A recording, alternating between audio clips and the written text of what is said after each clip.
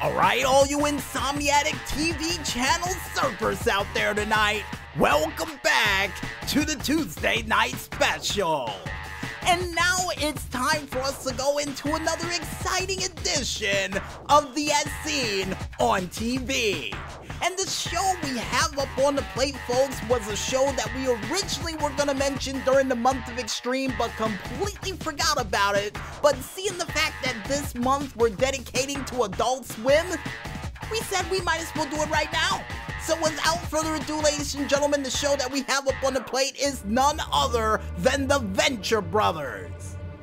which is possibly one of the longest running shows on Adult Swim's card, and for a multitude of reasons. But before we get into those said reasons, folks, the meat and potatoes of this said show, which involves none other than Hank and Dean, the Venture Brothers themselves, who are all under the watchful eye of none other than Brock Sampson, and of course their father, Rusty Venture, who goes by the name of Thaddeus Venture, which I do believe that would be the second person I know in my life that goes by the name of Thaddeus,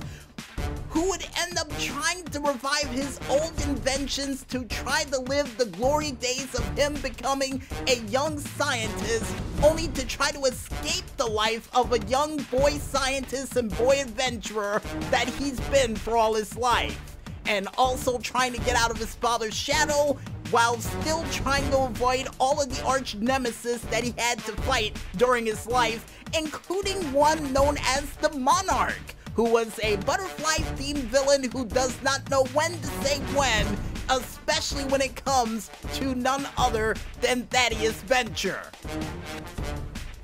And with those meat potatoes explained to the best of our abilities, the reason why in the world we said this show was probably one of the longest shows in Cartoon Network's, or scratch that, Adult Swim's lineup, is because this show originally debuted on February 16th of 2003, but would not get picked up by Adult Swim until August 7th of 2004. And according to the Maestro, that was the date the series officially started, but in reality, it goes back a little bit further than that, because originally this show was picked up by Adult Swim during the summer of 2002, and originally the creator of this said show didn't want to put it on Cartoon Network because he didn't want to tone down the Venture Brothers, only to realize that there was a late night programming perfect for this said show. And not to mention, this show was originally piloted out to Comedy Central, who actually turned it down back in 2000.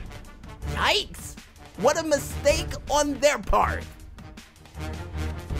And the reason why in the world I love this show so much is not only because of the fact of the story that's panned across well over 7 seasons involving this family that reminds me of Johnny Quest, but also they would have moments in there that did feature Johnny Quest himself as an older man struggling with all of the trauma that he had to suffer with while being a boy adventurer, almost like Rusty Venture did back when he was a kid. And also it did feature none other than Race Bannon during it as well, meeting an untimely end, and that's the only spoiler we're gonna give you that happened during that said show. And since then, they haven't made any other appearances of anybody else who was featured during the show of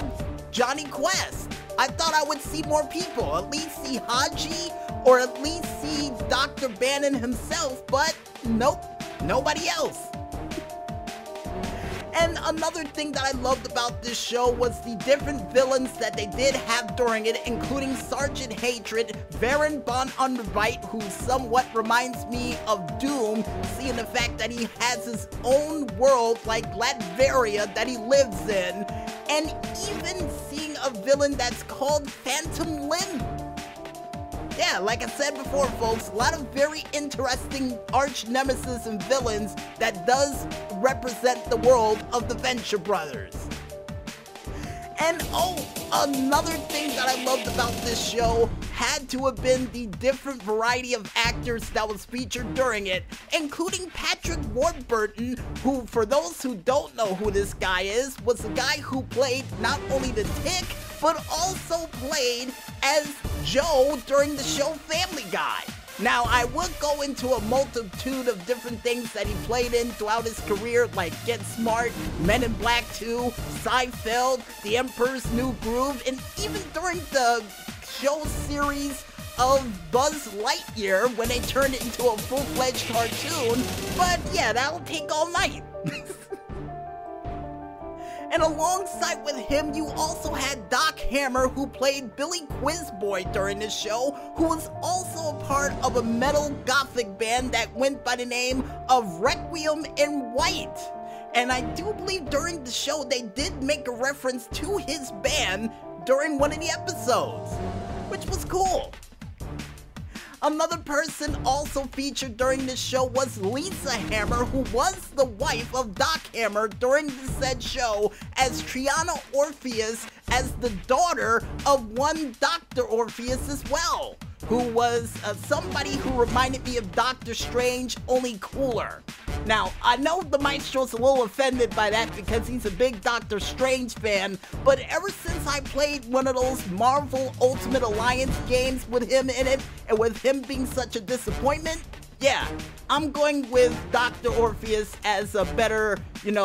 alchemist guy than, the one that you mentioned before. And speaking of alchemists, folks, you also have Dana Snyder, who was a part of this show, who was previously mentioned during Aqua Team Hunger Force, Ball Masters 9009, and other great shows along the lines of Chowder. And you would even have Brendan Small, who was a part of the show of Home Movies, who was on this show as Action Johnny. And even H. John Benjamin, who played the Master, Clancy Brown, who, as many people know as Kurgan, a part of the Highlander series, who played Red Death. And finally, last but not least, you even had David Bowie playing the Master of the Guild of Calamitous Intent during this show as well, which was absolutely insane, and I really wish he would have been a part of the show more, but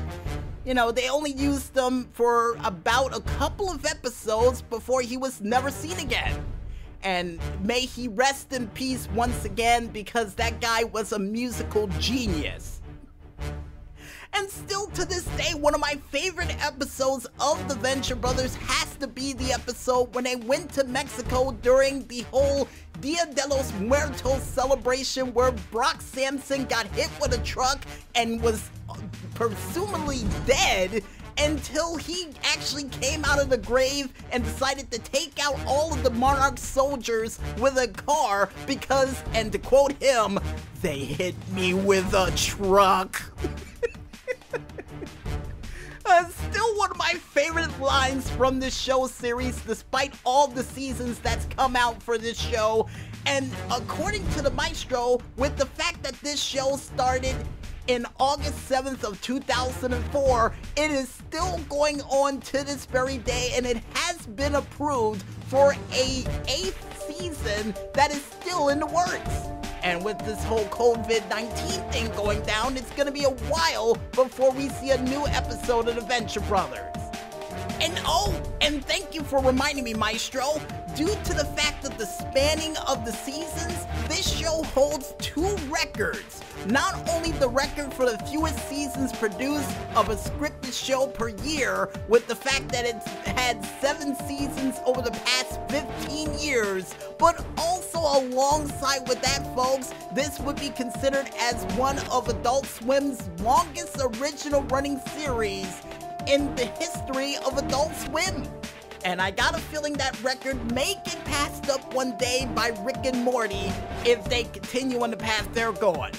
But besides Rick and Morty, folks, seeing the fact that we don't know how to review shows along the lines of TV Guide or any of those other famous TV reviewers you know of out there, we say this: If you want to go ahead and watch a show filled with as many booby traps and other crazy things that you would experience in Johnny Quest, only with a late night Adult Swim spin on it, with characters who are trying to escape their past from their parents, only to try to come out of their shadow clean on the other side, all while a bodyguard tries to protect them with secrets galore depending on which season you decide to watch, then I recommend you go out there and watch that show.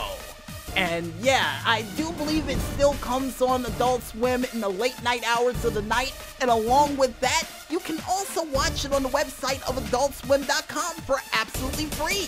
And no, Maestro, I'm not advertising their show product. I'm just giving them a place to go to watch it. And with that said, folks, we might as well head back into this music once again, and when we return, we'll be back with more of the Tuesday Night Special right after this. So don't go watching those infomercials just yet, folks, and stay tuned.